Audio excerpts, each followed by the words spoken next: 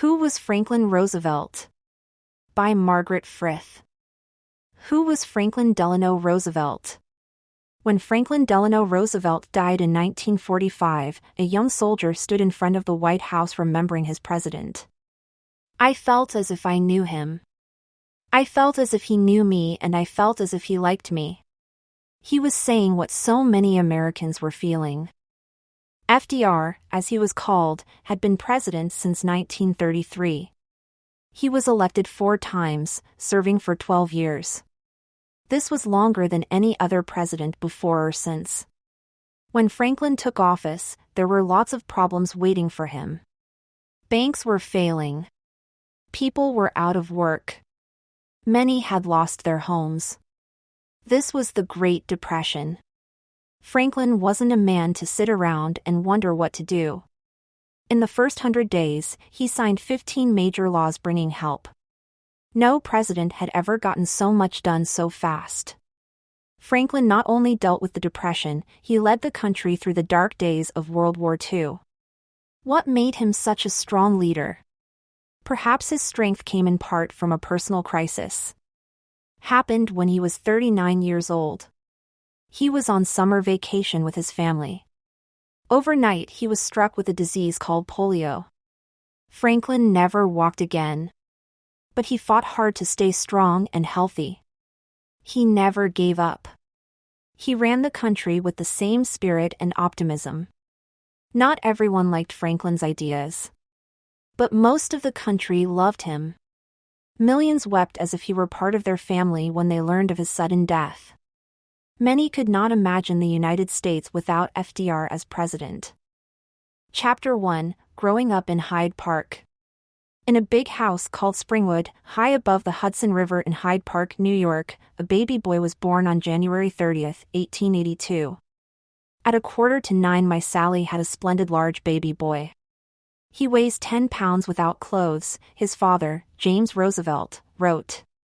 The baby's mother, Sarah Delano Roosevelt, said that he was pink, plump and nice. She named him Franklin after her favorite uncle. When they met, Sarah was 25 and James was 51, a widower with a grown son. James fell in love with Sarah at a dinner party. The hostess remembered that James couldn't keep his eyes off Sarah. They were married in 1880. Sarah and James came from old, wealthy families in the Hudson Valley. They grew up in lovely homes with lots of help cooks, butlers, maids, and gardeners. James was a gentleman farmer and hired workers to do the farming. Franklin was an only child. He was the apple of his mother's eye, and Franklin loved her very much, even when she was bossy. Franklin grew up around adults. He did not go to school. He was taught at home by tutors until he was 13. Yet, even with no other children around, Franklin found life at Springwood fun. In the winter, he went on sleigh rides or sled full speed down snowy hills. He was happy exploring the woods and fields. Franklin loved horseback riding with Popsy. That's what he called his father. From an early age, Franklin began collecting stamps. This was a hobby he enjoyed all his life. His greatest love, however, was the sea. He played with model boats. He sailed in the summer. And when he was older, he went ice-boating on the Hudson River in the bitter cold. An ice boat was like a sled with sails and went very fast. When Franklin was 9, Popsy bought a yacht called the Half Moon. Franklin was excited to go sailing on it at Campobello. Campobello is an island off the east coast of Canada. The Roosevelts spent summers there in a cottage they had built. The strong winds and high tides made sailing around the island tricky. But Franklin loved the challenge and became a fine sailor. At 16, he had his own sailboat, New Moon. Another family on Campobello told the Roosevelts about the Groton School. It was a boarding school north of Boston, Massachusetts. Parents decided to send him there. Most of the boys started at Groton when they were 12. But Franklin didn't go until he was 14. His mother couldn't bear to let him go earlier. Not surprisingly, he was homesick at first. Life at Groton was very different from Springwood. It was modeled after an English boarding school with no frills and a harsh lifestyle. Franklin lived in a room with other boys. Once, during the night, snow blew in through an open transom of the dorm. Franklin and the boys woke up nearly freezing. Still, that didn't excuse them from the cold shower they had to take every morning. Sports were important at Groton and to Franklin. He loved playing football. He was slight and not very fast. Still, he fought hard and had the scrapes and bumps to prove it. His parents were more interested in his studies. It pleased them that he was fourth in his class of 19 boys. In the spring of 1900, Franklin graduated from Groton. That fall, he entered Harvard. For the past few years, his father's health had been failing. Soon after Thanksgiving, Franklin got word that Popsy was very ill. He died of heart failure on December 8th. Now Sarah was a widow. Rather than spend the winter in Hyde Park alone, she moved to Boston to be near Franklin. Already close, mother and son grew even closer. At Harvard, Franklin became a great success on the Crimson, the college newspaper. He was a natural writer with a knack for good interviews. His senior year, he was president of the Crimson, but the most significant thing that happened during his Harvard years was his friendship with his distant cousin Eleanor Roosevelt. Chapter 2: Meeting Eleanor. Unlike Franklin, Eleanor had an unhappy childhood. Her father was the younger brother of Theodore Roosevelt, who became president in 1901. Elliot was handsome and engaging. Eleanor adored him and he adored his little daughter. But he had a bad drinking problem. Her mother, Anna Hall Roosevelt, was a cold and distant mother. She called Eleanor Granny because she was such a serious child. Eleanor felt like an awkward, ugly duckling next to her beautiful mother. Both of Eleanor's parents and her younger brother had all died by the time she was 10. So she and her 6-year-old brother, Hall, were sent to live with their grandparents. The Halls found it a burden to have 2 young children come to live with them. Often lonely, Eleanor would escape into dreams of happy times with her father. One bright spot was Christmas time when she would see her Roosevelt cousins at parties. Franklin was at one of these parties. He asked her to dance. She accepted even though she didn't know how. It didn't seem to matter to Franklin. After that, they didn't see each other again for several years. Eleanor went off to boarding school in England. She said later that these were the happiest years of her life.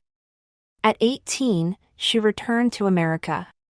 As a young girl from a famous family, it was time for her to take her place in New York society. She said she was in utter agony. But she saw Franklin again at the parties. When he invited her to his 21st birthday party at Springwood, she went. Gradually they began seeing more of each other. He was fun and he made her laugh.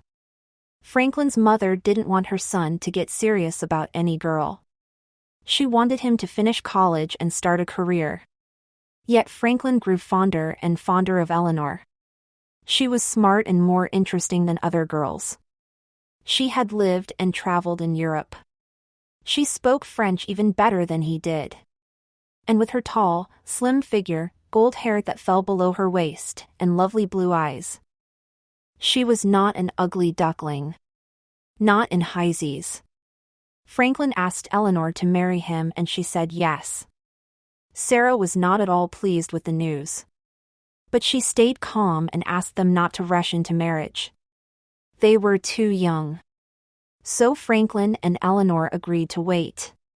Sarah whisked her son off on a 6-week cruise to the Caribbean.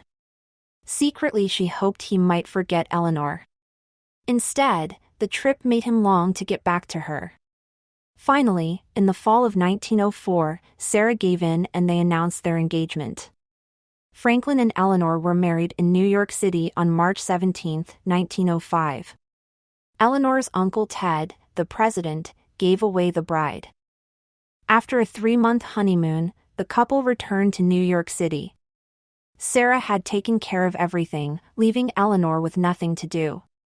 They moved into a home completely furnished and only 3 blocks from where Sarah lived in New York. A few years later, Sarah would build 2 buildings next to each other with connecting doors on different floors that were never locked. It was almost like living together. The couple's first child, Anna Eleanor, was born in 1906. James was born a year later. Sadly, their third child, Franklin, would die of the flu when he was only 8 months old. They would have 3 more children: Elliot, Franklin Jr., and John. Franklin studied at Columbia Law School just as Eleanor's uncle Ted had. Then he joined a well-known law firm on Wall Street. However, the job never really excited him. And, although he loved Hyde Park, Franklin did not want to spend his life as a gentleman farmer like his father. What did appeal to him? Politics. So, in 1910, Franklin ran for office. He was 28 years old. Chapter 3: Running for Office. Important Democrats in the Hyde Park area asked Franklin to run for the New York Senate. If he won, he would work in Albany, the state capital.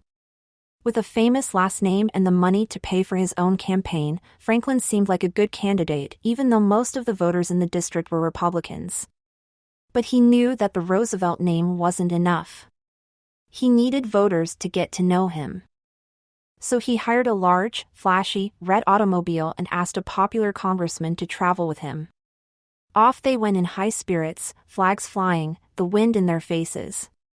People enjoyed meeting this friendly young man who talked about honest government. On Election Day, he defeated his opponent by 1,440 votes. He spent 3 years in the state Senate and became known for being independent. He was not someone who did what the party bosses told him. It was also during this time that he met a newspaperman named Lewis Howe. Howe became a lifelong friend and aide. In 1912, Franklin attended the Democratic Convention in Baltimore, Maryland. He was backing Governor Woodrow Wilson from New Jersey for president. Wilson won the nomination and went on to win the election in November. Franklin had supported Wilson not only because of his ideas, but also because he hoped to land a job in Washington. That happened almost right away. Franklin was asked if he would like to become Assistant Secretary of the Navy. How would I like it? I'd like it bully well, he answered. With his love of the sea and sailing, the Navy was just the right place for Franklin. He wanted to learn all he could about the Navy.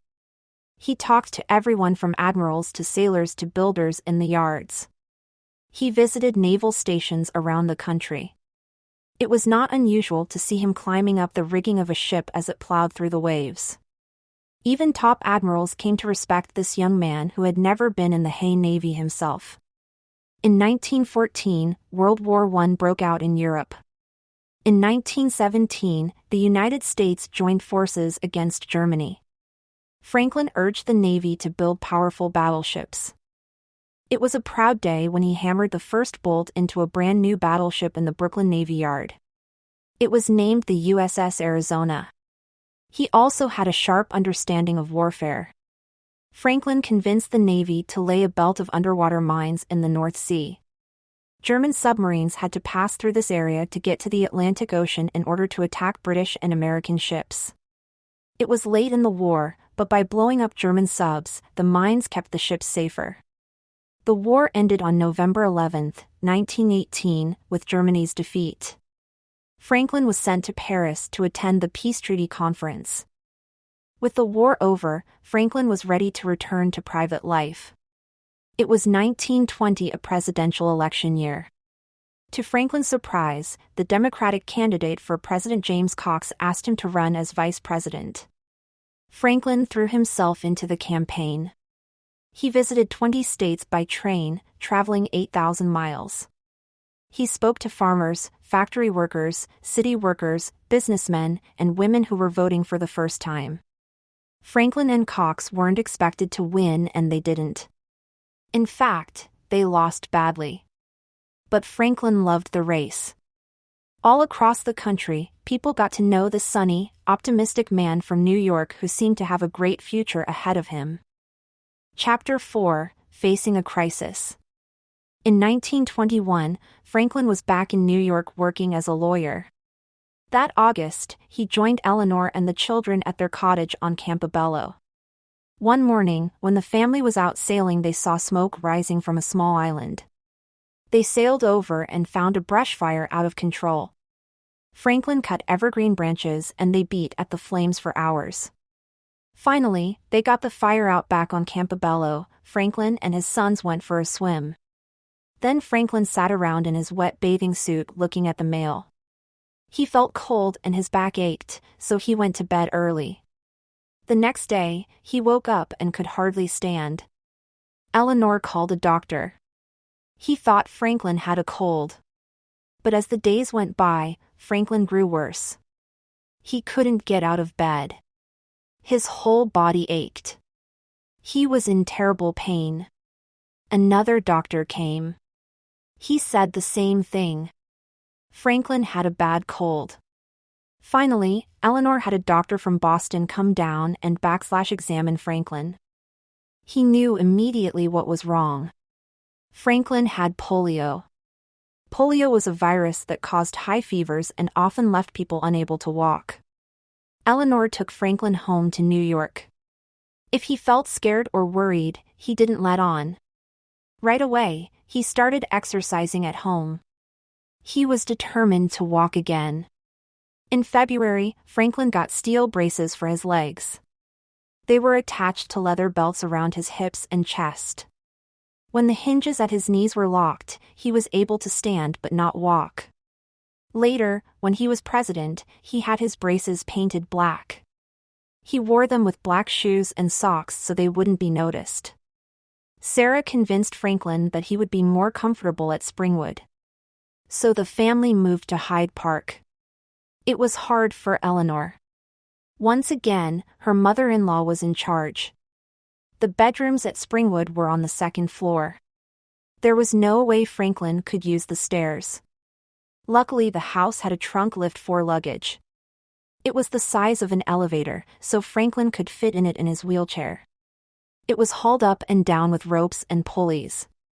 Franklin tried anything he heard about that might help his legs: sun lamps, electric belts, massages, and pulleys. Once, he even tried hanging from the ceiling by a harness. Nothing worked. He couldn't walk and he was no nearer walking with crutches. Still, he made a wonderful discovery. Swimming. He could float without any help. He was sure it was helping his legs. In 1924, Franklin heard about a place with miracle waters. It was called Warm Springs and it was in the backwoods of Georgia. He and Eleanor needed a vacation, so they went. There was an old hotel, 12 rundown cottages, and a swimming pool. The minute Franklin got in, he beamed. The water was 90 degrees. "How marvelous it feels," he said. "I don't think I'll ever get out." When a newspaper wrote about Franklin's at Warm Springs, other victims of polio started going there. Many of them were children. 2 years later, Franklin bought the resort and restored it. He kept one of the cottages for himself. He visited whenever he could. Franklin had found a second home. Here he could be himself. He didn't have to pretend everything was all right. He was among people going through what he was going through. They loved Franklin. To them, he was Rosie. He had wonderful, boisterous times with the children. Loud laughter and splashing meant that Franklin and the children were playing water games in the pool. In 1927, Franklin started the Georgia Warm Springs Foundation. It treated victims of polio and became a center for studying the disease. As for Franklin, he was learning to live fully despite his crippled legs. His car was adapted so that he could drive using only his hands. He still loved to drive fast. He flew down the roads, stopping to talk to anyone along the way. It was on these trips around Georgia that Franklin became aware of what it meant to be poor and struggling to live without electricity or go to a rundown school. He never forgot what he saw. Polio. Some victims of polio recovered with little or no damage, but many, like Franklin, were not so lucky. Most polio outbreaks occurred in the summer. In the epidemic of 1916, 6,000 people died. The worst year was in 1952 when there were over 57,000 cases. In 1938, President Roosevelt founded the March of Dimes for polio research. Everyone was asked to send in a dime. In 1955, Dr. Jonas Salk came up with the first vaccine to prevent polio. Since that time, polio has been eliminated in most of the world. It is too bad Franklin did not live to see a polio vaccine. After his death, his portrait was put on the dime. His portrait still appears on it, in memory of his work for the March of Dimes. Chapter 5, Struggling to Walk. Franklin was determined to run for office again one day. But he wanted to walk first. It was important for the Democratic Party to remember him. So he kept in touch through letters and phone calls. Eleanor was determined to keep Franklin's name alive. "I don't want him forgotten," she said. "I want him to have a voice." Lewis Howe convinced her to attend political meetings. He coached her on how to speak in public. She began to enjoy a political life of her own. Women's causes were important to her. Although Franklin worked as hard as he could, he still couldn't walk. But he came up with a way of standing and moving forward, swinging one leg, then the other. He would hold tightly to the arm of a person on one side and use a crutch on the other. Eventually, he could lean a cane on it instead of a crutch. It wasn't walking, but he made it look like walking. In 1924, the Democratic Party asked Franklin to nominate Al Smith, the governor of New York, to run for president. The convention was held in Madison Square Garden in New York City. Franklin wanted to appear strong and confident. He got to the podium with the help of a crutch and his son James. It was a great struggle, but Franklin made it with sweat pouring down. His face. He gripped the podium and stood straight and tall. His face lit up with a big smile and the crowd went wild. By now, he must have known that he would never walk again. But a life in politics was certainly possible. And when the time came to campaign, he would face the American people, standing tall. For years later, in 1928, Roosevelt was elected governor of New York. He won by only 25,000 votes out of more than 4 million cast. Still, he won. Republicans were in charge of the state government.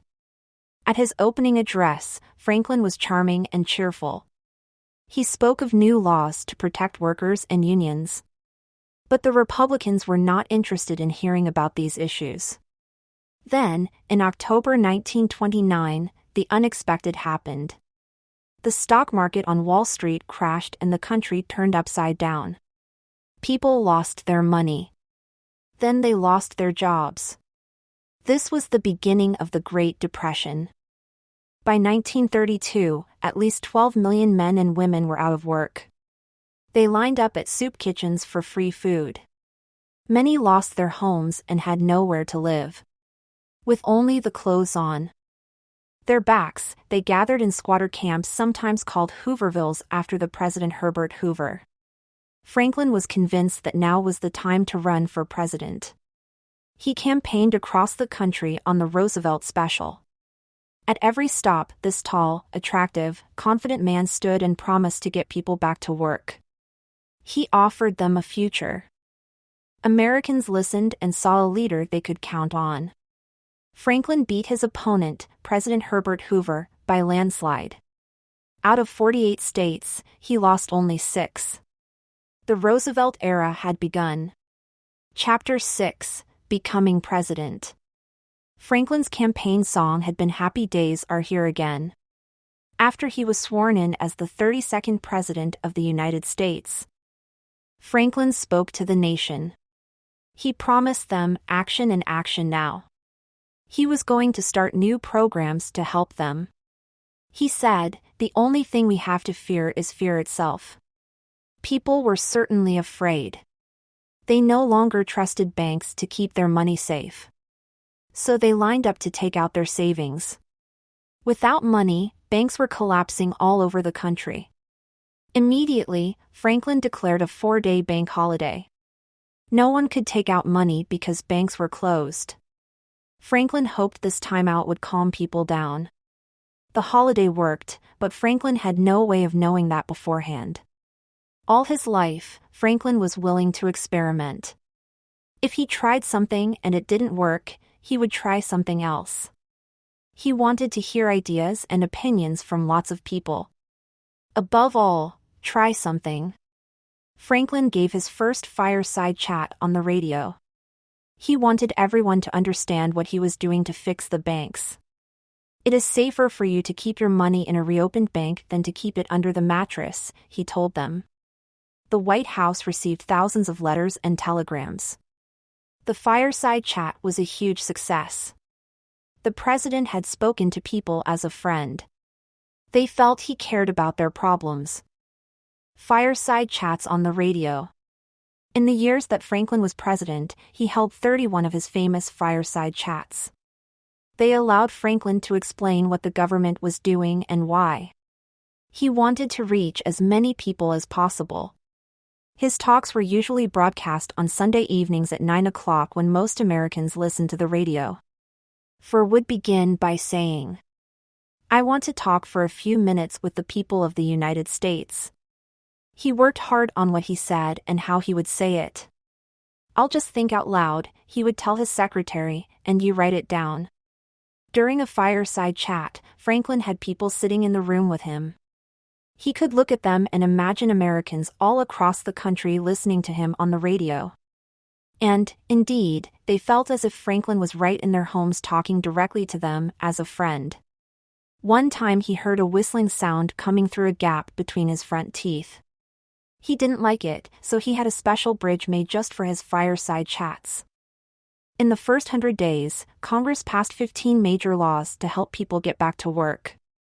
The programs Franklin had promised were getting underway. They became known across the country as the New Deal. He started many new agencies to get working on solutions. The CCC sent young, out-of-work men to national parks and forests to plant trees, build fire stations, and put out fires. The AAA helped farmers unable to sell their crops or pay their rent or mortgages. The WPA built roads, hospitals, schools, and other public buildings. Artists, writers, and musicians were asked to paint murals in public buildings, write books, and perform in concerts around the country. The NRA drew up rules to help businesses and workers get along. Rules for prices, wages, and hours of work were set, and workers could join unions to bargain with companies. The TVA brought electricity and other improvements to rural areas in 7 southern states. Franklin hadn't forgotten all those people in Georgia living without electricity. More programs were added later. An important one that still exists today is the SSA, created in 1935. The government mailed checks to retired people over 65, the disabled, the unemployed, and needy children. The government got the money from workers' payroll taxes and company taxes. These new programs cost the government a lot of money. Some people said too much money. And they didn't like the government running things that they thought should be done by private companies. They didn't like paying higher taxes either. But these were unusual times. Franklin was sure he was doing the right thing. And the voters thought so, too. In 1936, Franklin ran again. He won in an even bigger landslide. This time he only lost 2 states, Maine and Vermont. Turn on the lights. The Tennessee Valley Authority, TVA, improved the lives of poor families in the South in many ways. It helped farmers grow better crops. IT built factories that created thousands of jobs. It brought electricity into the homes of people who, until then, had to depend on candlelight or gaslight. This was made possible by giant dams that provided hydroelectric power to 7 TVA states, most of Tennessee, part of Alabama, Kentucky and Mississippi, and a small bit of Georgia, North Carolina, and Virginia. The TVA still operates today. Although voters in Congress approved of the New Deal, Franklin faced a big stumbling block with the Supreme Court. If a law passed by Congress goes against the Constitution, it is the Supreme Court's job to strike it down. It did just that with some of the alphabet programs, especially the AAA and the NRA. The court said the government did not have the right to start them or pay for them.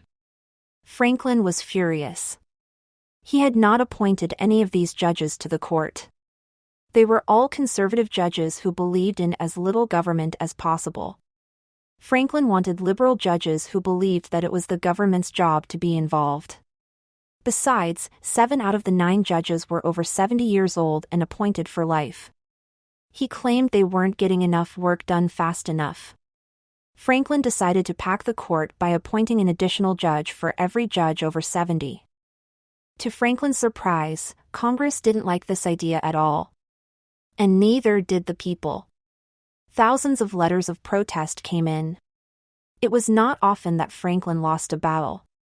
But this time he did. Over time he did get to choose 7 judges.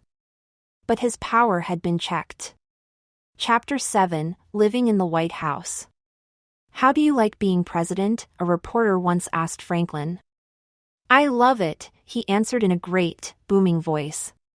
Franklin also liked living in the White House. Eleanor wasn't so sure. She once told a friend, "I never wanted to be a president's wife." The First Lady had to host dinners for foreign visitors and parties for members of Congress and other people in government.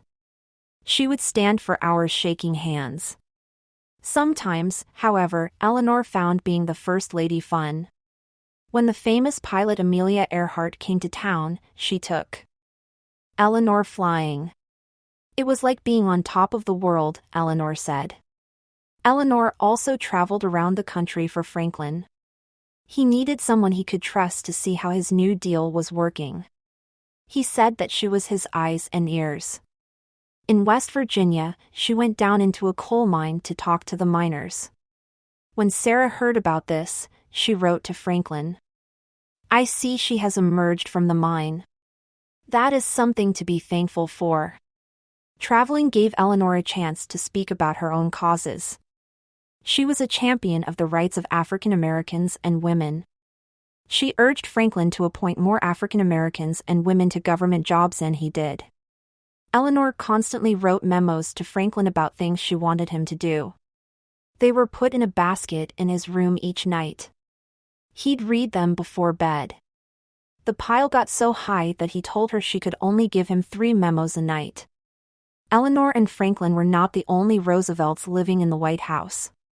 It was home to their 2 youngest boys who were students at Groton. Their daughter, Anna, moved in with her children. So did their son James. Lewis Howe had the Lincoln bedroom. Missy Luhand, who had been Franklin's loyal secretary for 13 years, also came. Franklin's Scotty, Fala, was there, too, roaming the White House by day and sleeping in his bedroom at night.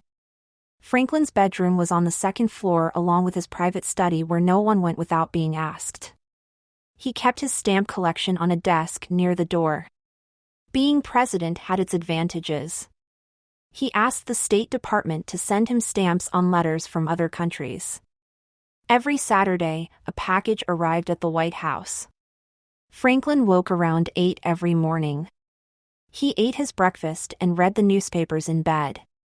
Only his grandchildren were allowed in.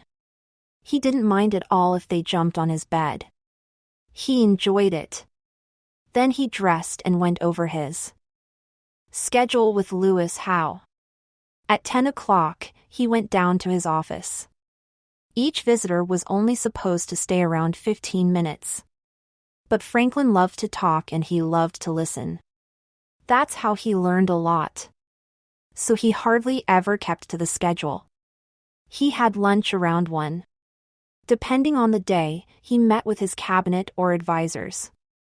In the late afternoon, he took care of letters and paperwork before going for a swim in the pool. Then it was cocktail hour. He loved relaxing with family and friends. After dinner, he often worked on his stamp collection or watched a movie. Franklin enjoyed meetings with reporters. On Wednesday mornings, he talked to reporters from the morning papers and, on Fridays afternoons, to reporters from the evening papers. Reporters liked Franklin. He sat at his desk and they all crowded around filling up the Oval Office.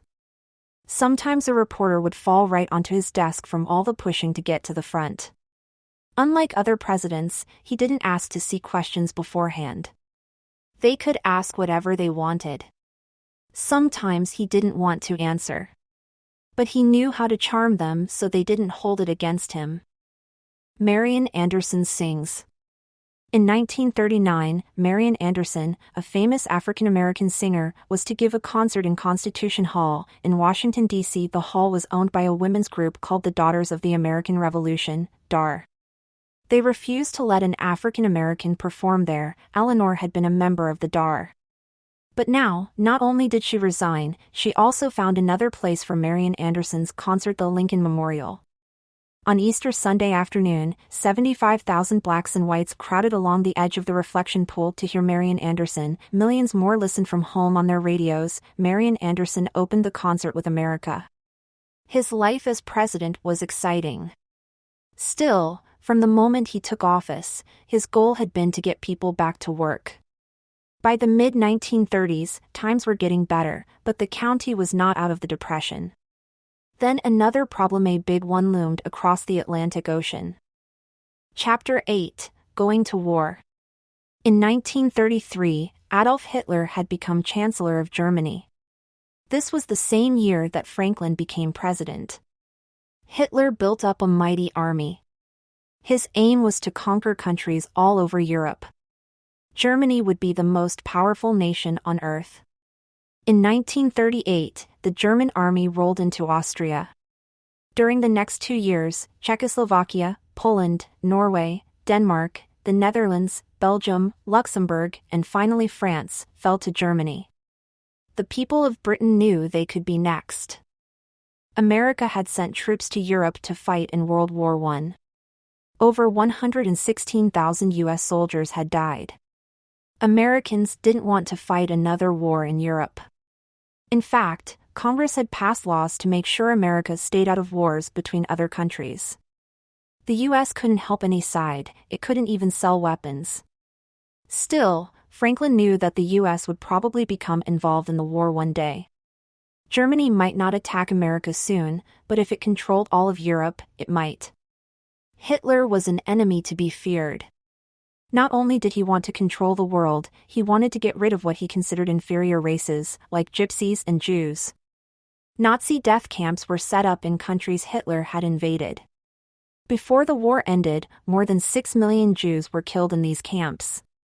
As the war went on, other countries, including America, became aware of what was happening. But few acted. It wasn't until 1944 that Franklin did anything to help rescue refugees. In 1940, Franklin's second term as president was coming to an end. No president had ever run for a third term. No one expected Franklin to. But with the war in Europe, he felt he had to run. Again. So he did. He didn't win by a landslide, but he won. In July, Germany began bombing Britain. Every night fires raged all over London. Every day military bases were hit hard. Young British pilots fought bravely, even though they were outnumbered. The Prime Minister, Winston Churchill, begged Franklin for help. Churchill understood that America could not enter the war. But Churchill badly needed destroyers. "Mr. President," he pleaded, with great respect, "I must tell you that in the long history of the world, this is the thing to do now." Franklin wanted to send destroyers. But Britain couldn't pay for them. So Franklin's hands were tied. Then, together, he and Churchill came up with a plan. America would loan Britain 50 destroyers. In return, Britain would allow America to have some military bases on British territory near the United States for 99 years. This led to Congress approving the Lend-Lease Act. Finally, America could send badly needed war supplies to Britain. Convoys of ships went back and forth, often under attack from German subs. Franklin not only had to worry about Germany, but he had to worry about her allies, Italy and, especially, Japan. Japan had a strong military. The Japanese had been fighting in China for years. Now they had their eye on other countries in Asia such as Indochina and the Philippines. Franklin was sure that one day Japan would attack the United States. But where and when it happened came as a horrible surprise. On Sunday, December 7, 1941, Japanese warplanes attacked Pearl Harbor in the U.S. territory of Hawaii. In 15 minutes, the Japanese bombed the airfields and smashed battleships. Over 3,500 Americans were killed or wounded. 265 planes were destroyed. 9 ships were damaged or sunk. Among them was the USS Arizona, the battleship Franklin had watched being built in Brooklyn during World War I. The next day, Americans gathered around their radios to hear the president speak about the attack. He said that December 7, 1941, was a date which will live in infamy. The United States declared war on Japan that same day. 3 days later, Germany and Italy declared war on America. The United States was now part of World War II. Men over 18 joined the Army and Navy. Almost overnight, factories that had been building items like toys and cars were turning out weapons, trucks, tanks, and planes. Women worked alongside men. Pictures of Rosie the Riveter became the symbol of women helping the war effort. No one was out of work now. It will not only be a long war, it will be a hard war, Franklin told the country. But he added, "We are going to win the war and we are going to win the peace that follows." The war was raging on 3 fronts in Europe, North Africa, and the Pacific. Franklin and Winston. On August 9, 1941, in the waters off Newfoundland in Canada, Winston Churchill and Franklin Roosevelt met for the first time. That Sunday, before going home, the 2 leaders took part in a moving service aboard the Prince of Wales, a British battleship. Sailors and Marines from America and Britain stood side by side singing hymns as the President and the Prime Minister sat together.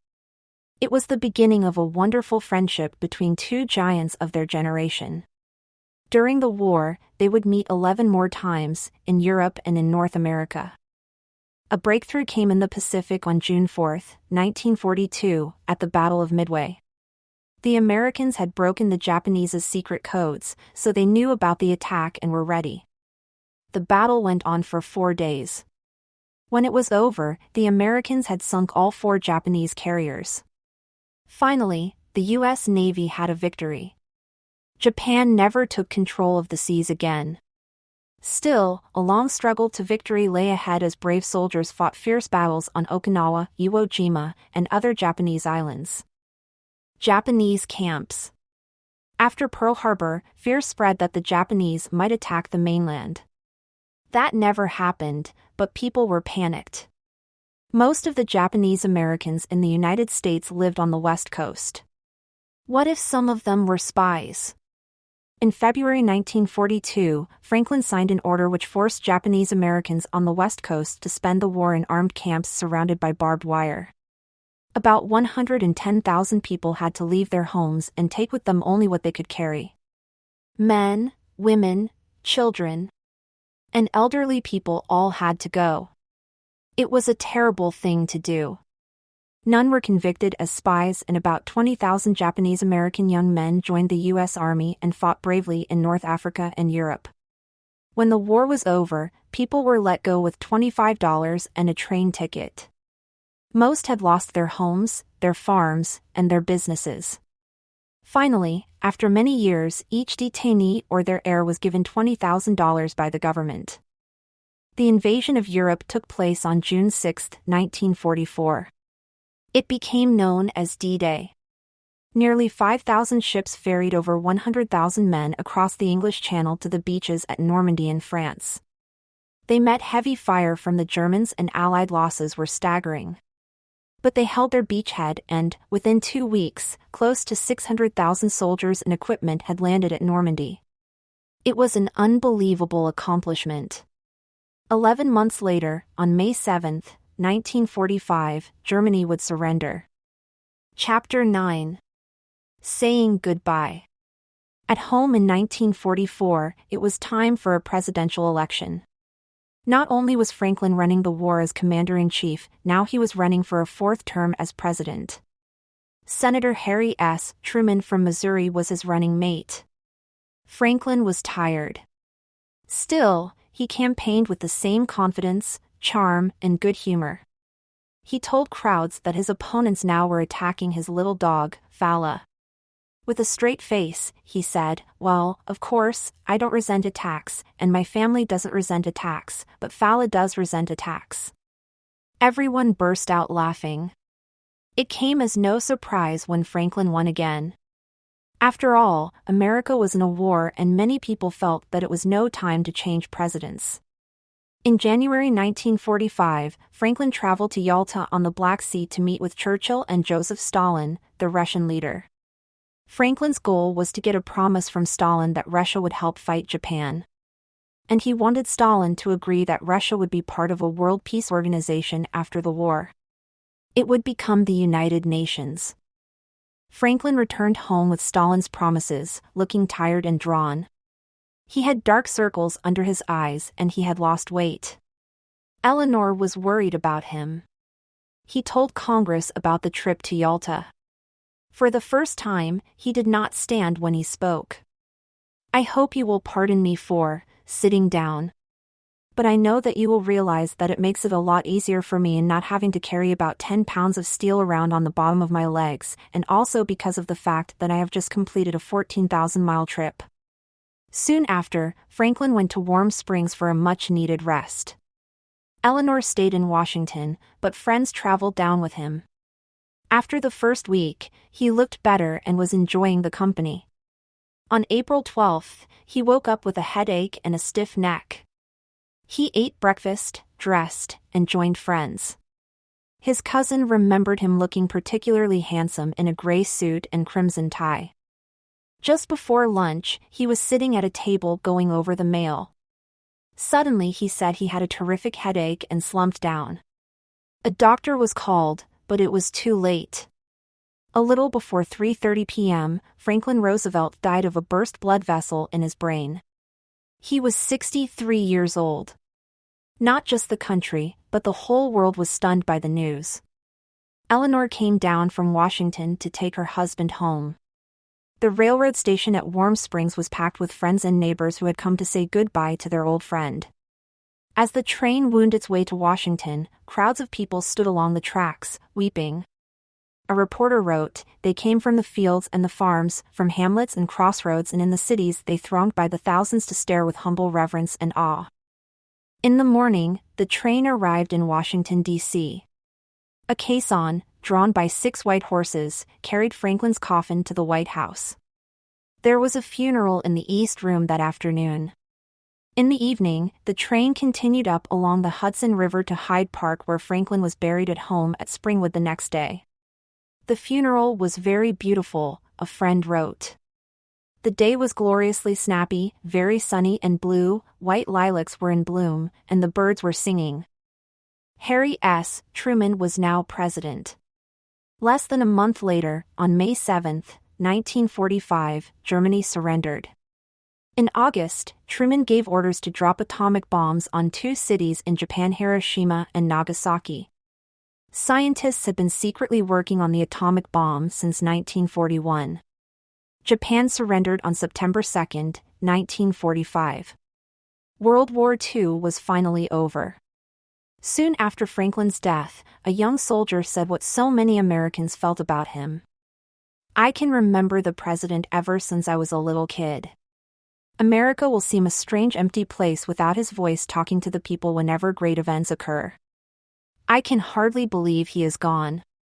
Many terrible events occurred while Franklin was in office. Yet, with him, Americans felt as if they always had a friend helping them through the hard times.